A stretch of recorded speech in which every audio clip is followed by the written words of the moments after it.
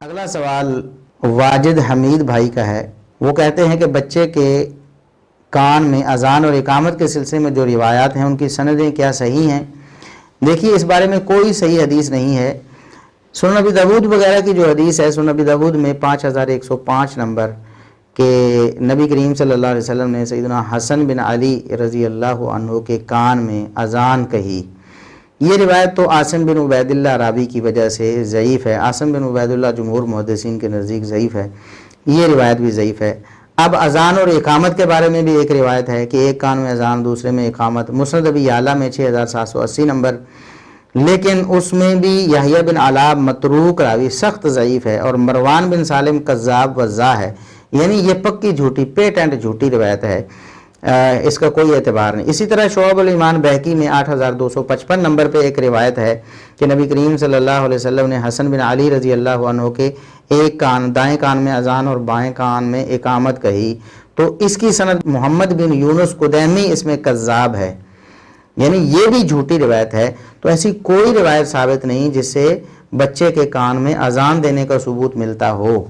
بعض اہل علم کو یہ غلطی لگ گئی اور انہوں نے سمجھا کہ شاید ابو داود اور ترمذی وغیرہ کی وہ جو روایت ہے عاصم بن عبید اللہ والی وہ حسن ہے یا قابل حجت ہے، تو اس بنا پر انہوں نے فتویٰ دے دیا۔ وہ اللہ کے ہاں معجور ہو جائیں گے، اپنی خطا پر بھی ایک اجر ملے گا، انہوں نے اللہ سے ڈرتے ہوئے ایک فیصلہ کیا۔ لیکن دلائل سے یہ بات ثابت ہو چکی ہے کہ عاصم بن عبید اللہ ضعیف راوی ہے، وہ ثقہ نہیں ہے، اور یہ حدیث بھی ضعیف ہے۔ اب بعض اہل علم ایسے بھی گزرے ہیں جنہوں نے ان حدیثوں کو تو ضعیف ہی مانا، لیکن انہوں نے سمجھا کہ شاید اس پر تواتر عملی ہے یا اجماع امت ہے، اور اس بنا پر انہوں نے کہا کہ یہ جائز ہے۔ اور دلیل ان کے سامنے کیا آئی؟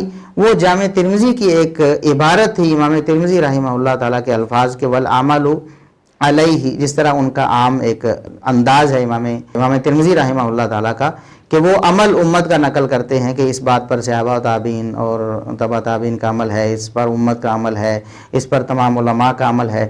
تو انہوں نے سمجھا کہ شاید یہ عبارت بچے کے کان میں اذان کے حوالے سے ہے۔ بعض نسخوں میں اس کی ترتیب ایسی لگی کہ وہ تھوڑا پیچھے چلی گئی، بچے کے کان میں اذان کے حوالے سے جہاں حدیث ہے وہاں وہ پہنچ گئی عبارت کسی کاتب کی غلطی کی وجہ سے۔ تو انہوں نے سمجھ لیا کہ شاید یہ عبارت بچے کے کان میں اذان کے حوالے سے ہے، حالانکہ معتبر نسخوں میں اگر آپ دیکھیں تو عبارت کیا ہے، وہ عبارت یہ ہے وَالْعَمَلُ فِي الْعَقِيقَةِ عَلَى مَا رُوِيَ عَنِ النَّبِيِّ صلی اللہ علیہ وسلم، کہ اس عقیقے کے بارے میں عمل نبی کریم صلی اللہ علیہ وسلم کی حدیث پر ہے۔ یہ عقیقے کے بارے میں ہے امام ترمذی رحمہ اللہ تعالیٰ کی عبارت۔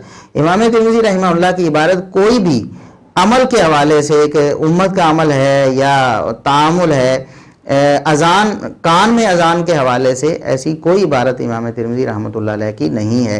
دراصل اس عبارت کو نہ سمجھنے کی وجہ سے یا سمجھنے میں خطا واقع ہونے کی وجہ سے انہوں نے سمجھ لیا کہ اس پر تعامل ہے اور یہ کل اجماع ہے، لہٰذا ایسا کیا جا سکتا ہے۔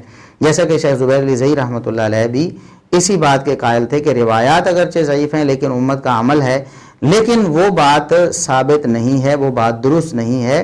معتبر نسخوں میں واضح طور پر یہ الفاظ لکھے ہوئے ہیں وَالْعَمَلُ فِي الْعَقِيقَةِ، کہ عقیقے کے بارے میں جو حدیث ہے نبی کریم صلی اللہ علیہ وسلم کی، اس پر امت کا عمل ہے، ساری امت اس پر عمل کرتی ہے۔